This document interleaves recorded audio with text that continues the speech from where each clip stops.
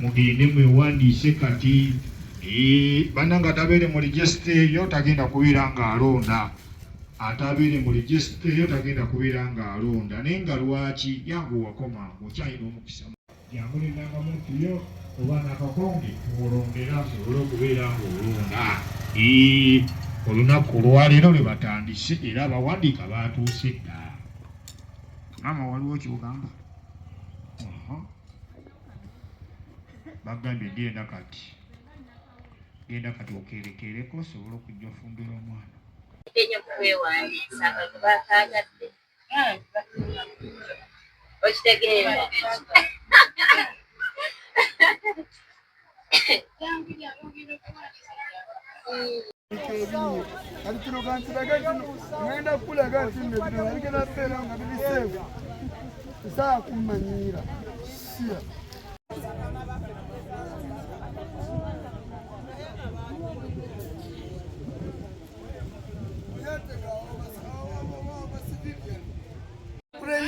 mambo nno tukulira ki netayimbwa kukolansi ng'ate fe abakulembeze baffe batugamba mukole nnyo temuyina kukola kikubba owa bodaboda afunye omulimu guva ku adiweya atwala emitayimba guva wano neeri kati agenda gikulula ati agyetikke oba so ekintu ekyo ensonga eyo tusabe ffenna tukwatagane bw'olabanga tino gujja bungi debali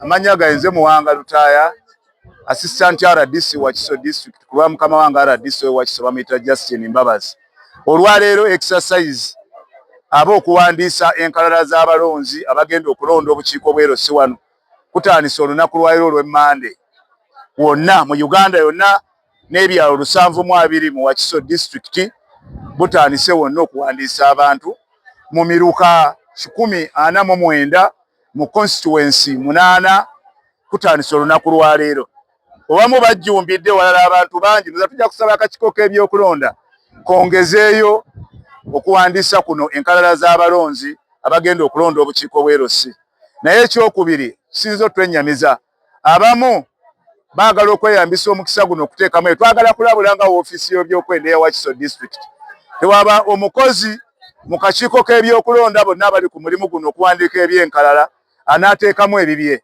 twagala batuuze ba ku kyalo be bagenda okubeera mu register tujja kusaba akakiiko k'ebyokulonda nti ennaku 5 ntono toyinza gamba nti abantu mu kyalo kiramba bayinza okwewandiisa mu nnaku 5 ne baggwayo basebo ne banyabo twagala batwongere ku nnaku akakiiko k'ebyokulonda kongezeeyo ennaku lwakiri zigende 10 kirala tulabula ne sekulabula yenna abali mu mulimu guno tutegedde nti waliwo abaagala okweyambisa enkalala z'abantu abafuna ssente za Paris Model nga ge mannya ge baayagala okuteeka mu nkalala z'abalonzi naye gwe tunaakwatako nkiddamu lwa mukama wanga RDC wa Kiso Justin Mbabazi omuntu yenna tekakutaana nga gwe wandiisa abantu abalina okubeera mu register y'abalonzi eyewa ku byalo noddira abantu abafuna ssente za Paris Model ge mannya gw'oyagala okuteeka mu nkalala olw'ebigendererwa bye ekyo kimenya amateeka naye tusaba akakiiko ak'ebyokulonda katuwongezeyo ku nnaku ffe wonna walonderwa twabaddewo obukuumi twagala mirembe myereere abantu bagende balonda abakulembeze obukiiko buno bukulu nnyo gwali eyandaba obukiiko buno bukulu nnyo eno ye gavumenti ye ey'oku kyalo ye gavumenti ekumanyi kulonda obukiiko bw'abakyala obukiiko bw'erositu obukiiko bw'erosi wanu eno ye gavumenti esembayo twagala mugende mulonda abakulembeze abajja okuleeta enkulaakulana mulekulembeze abakulembeze abajja okuleeta enkulaakulana abakulembeze abaddala abatali balyaka kiiko buno buluddeko emyaka mingi kitegeeza nti abakulembeze abamu baava dda ku mulamwa mugende mulonde abakulembeze mwewandiise mulonde abakulembeze abali ku mulamwa ogutali gwa bulyaka ebyalo ebimu tebikyakyuza nkiiko ebyalo ebimu birina sitampu 9 ebyalo ebimu bitunda amataka emirundi n'emirundi mugende mwejjeko abalyake muleete abantu abatuufu abewerera bannaabwe nsuubira waliwo ekintu kye bakozesa nga kutiisatiisa kubanga okulonda kw'omugongo olwaleero si kwe kusoose 2018 era twalonda ku mugongo omuntu omukyamu yoyo atya akalulu k'omugongo oba bannanfuusi abaagala okulya kulembeze ssente nja kuwa ate agenda okulaba nga tamuwadde kati ekyo nno fenga akalulu k'omugongo tukanyumirwa nnyo kubanga kaba mazima n'obwenkanya. Tukuba nti okujjumbira kivudde kufa abakulembeze, mbadde mbakubiriza tyefazaali jangu osobole okwewandiisa ku mulundi guli gojja okusobola okubeera nga ye paasiwaadi yo okusobola okulonda omukulembeze gw'oyagala. Kati buli omu ajja olw'ekyo nga bafunye information gye tubatuusaako okusobola okujja beewandiise. Mbadde nkubiriza bannayuganda mwenyigire mu bukulembeze obwa LC kubanga obukulembeze bwe bumu saaviisi ekutandikirako. Ye mukulembeze gw'olina okulonda ng'omanyi tajja batapula. Waliwo engeri abamu baagala nga balina ebigendererwa ng'ababbi, kati ng'oli nga ne b'onoomuyitira omubbi kubanga naye oleda aba muki mubbi. Mbakubiriza ng'abagala okujja abakulembeze jangu ng'omanyi nti ozze kuweereza bantu so si kufuna. Ate ne nkubiriza abazza ng'abalonzi mulonde abantu abo boolaba anaatwala ekitundu mu maaso. Erinnya Mpinga Sferito, ssentebe Kakunyu LC1 mu kiseera kino. Erinnya Kiwanuka Twaha. Obuuzizza enkola y'okusimba mu mugongo. Eyo tugyesiga kubanga ya bwerufu. Singa temubeeramu mbeera etwawula mu abavubuka kakasa tujja kutambula bulungi. Mpozi mbakubiriza kujja kwewandiisa buli omu abeere ng'alonda omukulembeze gw'awulira gwe yeetaaga akulembera ekyalo kye. Amanya mpitibwa Kiwanuka Peter nga ndi mutuuze w'e Kakunyu Namusera. Nze okuvuganya wa ssentebe LC1. So enteekateeka abantu bajjumbidde okujja okuwandiisa. Twebaza nnyo gavumenti olw'enteekateeka eno olw'okujja okuwandiisa mu regisita empya. Enteekateeka eno tugisanyukidde nnyo era abantu bajjumbidde era ino weda zikoma eri nga mpanvu nnyo bagumidde omusana era tusanyukidde nnyo enteekateeka ezo. So enteekateeka eno ey'omugongo, enteekateeka eno ekituufu ekiriwo nze nganze Kiwanuka Peter omukulembeze addako chairman to be Kakunyu LC1. Enteekateeka eno njateekayo proposal yange sigiwagira newankubadde gavumenti gyatusaliddewo. Bannaye enteekateeka eno ereeta insecurity mu kitundu. Oli ate okugamba nti wenasimba gundi mu mugongo njaba genda wali anteege antuuseeko obulabe. Kati ereeta enjawukana mu bantu, ereeta okweyawulayawula, okwesosola, kye bayita divide oba gye bayita divide and rule. Kati mu bufunze eno wansi batuleka tweyawuddeyawudde nga tetuli kyekimu. So kati enteekateeka eziriwo, enteekateeka eyo ndowooza tugivuddeko ey'okusimba mu mugongo nze gifumirira sinungi lwa nsonga yeeriwo essaawa zino. Naye nze bye ngenda okolera abatuuze bange lwaki njagala okuggyako aliko nange ndeeta ebirowoozo byange bino wammanga. Ninako enteekateeka already egenda tutandikirawo mwe tunaatuuka mu kulonda. Ninamu enteekateeka ez'okusomesa abakyala okuyiga enviiri ku bwereere era enteekateeka ezo weziri ewaka. Enteekateeka ez'okuyiga kompyuta nga nagiyise Kakunyu community skilling. Enteekateeka ezo zatandise. Mulimu enteekateeka ya kompyuta kuyigiriza abakyala okusiba enviiri ku bwereere. Tulinamu n'enkola ey'ebyalaani. Ninamu driving lessons kuyigiriza abantu okuvuga emmotoka so that nkendeeza ku bbala ly'emirimu lwa nsonga bagamba nti insecurity oba security okubanga njabayaba ku kitundu bantu okubba ebintu by'abantu, abavubuka bali idle, abantu tebalina mirimu. So kyenjagala okuyeetinga gye emirimu eri abantu bonna sisosoddemu abaana, abakadde, abavubuka n'abavubuka bano abali mu booda abali mu birombo mbateekemu sako. Then n'ekirala k'ensembyayo njagala kukola sako mu bitundu byaffe. Tufunyemu obuzibu lwa nsonga nti ensente zino eza PDM oba emyoga sente ozijja zigenda ku muntu. Naye abavubuka bakomplaininga nti ffe abakyapangisa sente baziwa baazi baffe abakyapangisa tugenda kukola tulaba nga tuganyulwamu mu nteekateeka eyo gavumenti gyetuleetera. Kati ne mbagamba bannaye njateekayo proposal yange. Sente ezo ziba zize teziba za individual muntu sekinoomu. Sente ezo artist babeere nga bazisobola zitulira mu zisako so that nti omuntu eyazimba n'omuntu apangisa asobola okuba nga benefitinga mu sente ezo. So bye birowoozo byange ebyo bannaye era sako zigenda kutandika abalooni boaholo nsembyayo. Manya mpitibwa Kiwanuka Peter Kakunyu LC1 mundabiranga ddala bannaye. Nyina emyaka 30 agwezezza mu gw'omukaaga guno. Ngenda kuweereza bannaye okuweereza si myaka okuweereza birowoozo n'okubeera n'omutima gw'ekyalo. kampangula ndabe ekyo kya butaliimu mukama wange. Ensi egenda na kubuganya. Obuganya bwe kubaawo bwebuwa obutereevu bw'okukulembera ekyalo.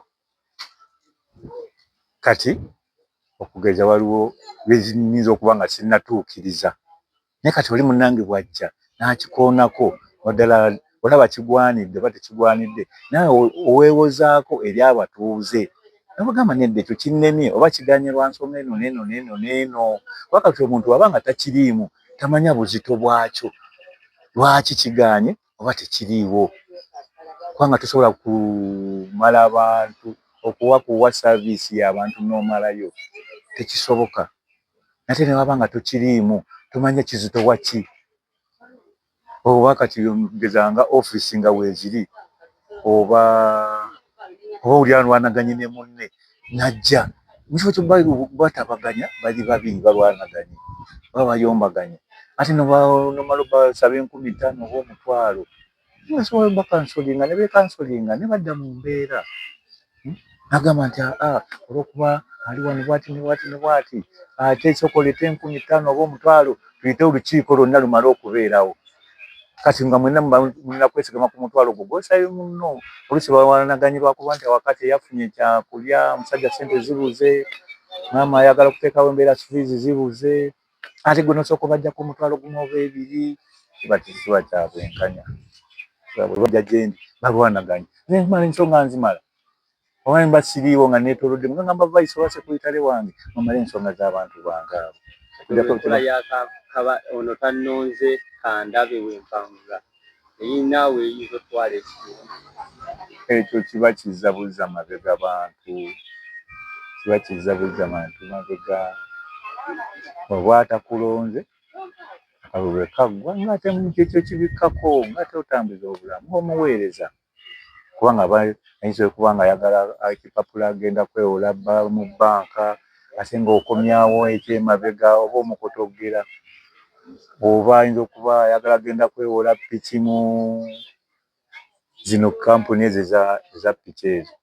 Ayagala kipapula olw'okuba teyakulonda n'okimumma era oba omuzza mabega. Muli makulu mukama wange. Ekiba kiwedde ekyo ng'okibikkako ng'oweereza ekyalo kyaffe ne kigenda mu maaso. okuyeekera Kuba kati gwe gusoose ne ku sayidi yange ndaba kiba nti buweereza si bufuzi. Buweereza oba bakulonze oba akulonze oba takulonze oba bakubye ekigo oba nga gwe olaba nti abadde ku opposition oba oyiseemu ekyo kiveeko ate oweereze ekyalo. Tekitwala nga nsonga kubanga tuyita mu kuvuganya ate n'olyoka okola ekirungi ekisanyusa ekyalo. Olaba omulabye ng'oli ayogedde ebiyitira olw'okuba kino kiri ate n'omusinga ate n'omuteekako ekibeerabeera kiba tikikola makulu. Ekiba nga kiwedde ng'ate omutambuza bulamu ng'ekyalo kikulaakulana. Amannya abantu Omulangira Jjuuko akyeyagaliza obukulembeze bw'ekyalo Bulabakulu. Deogratias. Kiba kirungi nnyo. Nabbulabakulu bannange mbalamusizza. Amannya nze Omulangira Jjuuko Deogratias ssentebe w'ekyalo Bulabakulu. Nabbulabakulu bannange mbakubiriza era nayisizaamu n'ekizindaalo mu ngeri y'obategeeza nti ekiseera ky'okwewandiisa okulonda chairman omuggya. Twesimbyewo abantu 3 nange kwendi. Mbakubiriza okujja okwewandiisa n'endagamuntu zammwe. Atalina ndagamuntu totawana kujja. Okujjako ng'olina akakonge twewandiisiza kubanga endagamuntu ezimu zibadde tezinnafuluma. Naye oba olina akakonge oba mulonzi. Ate totuma jangu wewandiise. Totuma omuntu yejjire n'akakonge ke. Bajjeko nniini nnamba tusobole okujja okwewandiisa. Anaakirwamu kale batuwadde ennaku 5 nga bakola exercise eyo ow'omugenzi Sserunjogi. Okunyana ne wa chairman Jjuuko batuwadde ennaku 5 okuva ku makya ssaawa 1 paka ssaawa 12. mukitwale ng'ensonga ne batugamba nti tujja kuba nti ku 28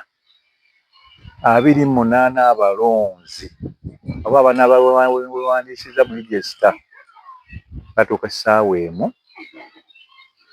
ne batandika okukebera enkalala amannya g'omwegali okutuuka ssaawa 4 eziwera essaawa 4 nga kiwedde bateekawo akaguwa ge bw'otuuka mu ssaawa 4 okudda waggulu tebajja kudda ate mu kukebera enkalala z'abalonzi tuba tudda butereevu mu layini okwewala obuvuyo ono okuva ebbulabakulu agenda ebbanda ate ajja ebbanda agenda ekakunyu ekyo kyonna bakikole mu ssaawa egi kubiriza bannanga banaaba bewandiisizza mukikole mu budde ssaawa emu nga muli ku station etunaalondera era tujja kulondera wa Sserunjogi ssaawa 4 nga bamaze okuyisaamu enkalala bakusomye bakuzze wabbali abatuuse oluvannyuma lw'essaawa 4 nga bamaze okukebera enkalala tojja kukkirizibwa kulonda abaliko niba ssentebe abamu enkola eno bagitidde olowooza obeera nga ekyamazima mwensuubira kyosimba kyokungula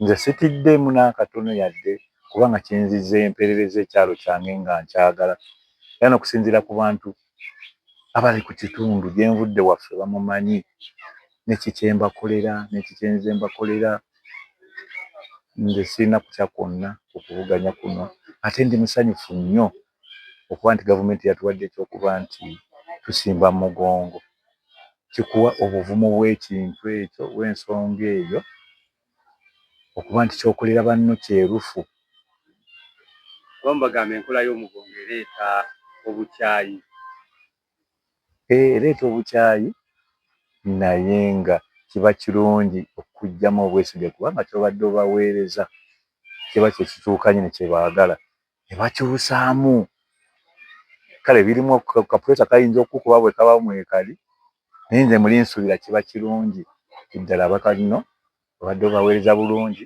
obadde tobaweereza bulungi kabakyuseemu ate n'oli akole ki atambuzeemu ku nsonga tulina okujjumbira okulonda kuba gwe tugenda okulonda tumwagala n'abakyala waffe tavaako sipirito omulungi omu bw'ati bannaye nze alikonera ku sipirito bannaye era tulina okujjumbira bannaye mujje mwewandiise mujje mukebere enkalala byebyo mukwano kusomoza kwe tusanze empozi ennyonta etulumyemukko naye nga abakyala n'abaami bajjumbidde okujja okukebera enkalala zaabwe n'okwewandiisa ab'akakiiko kye bagenda okwongeramu mwe babadde bakola ye nno oba kati mpozi batutereyo bbowa twagala koolansi twagala takisi zivenga kuno nga zitutwala e Kampala byebyo bye tusoomozezza bye tuyina muno agunjokeze kwagala kulonda kyamaanyi tetumanyi kinagenda mu maaso naye situnava kufuna buzibu nnyo buli awo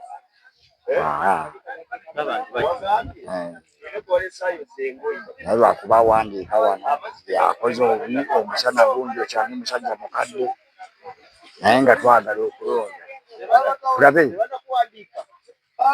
naye nga tetunaba kufunayo nsobi yonna eryawo nga kyamaanyi abaddeko twala tugende kitegedde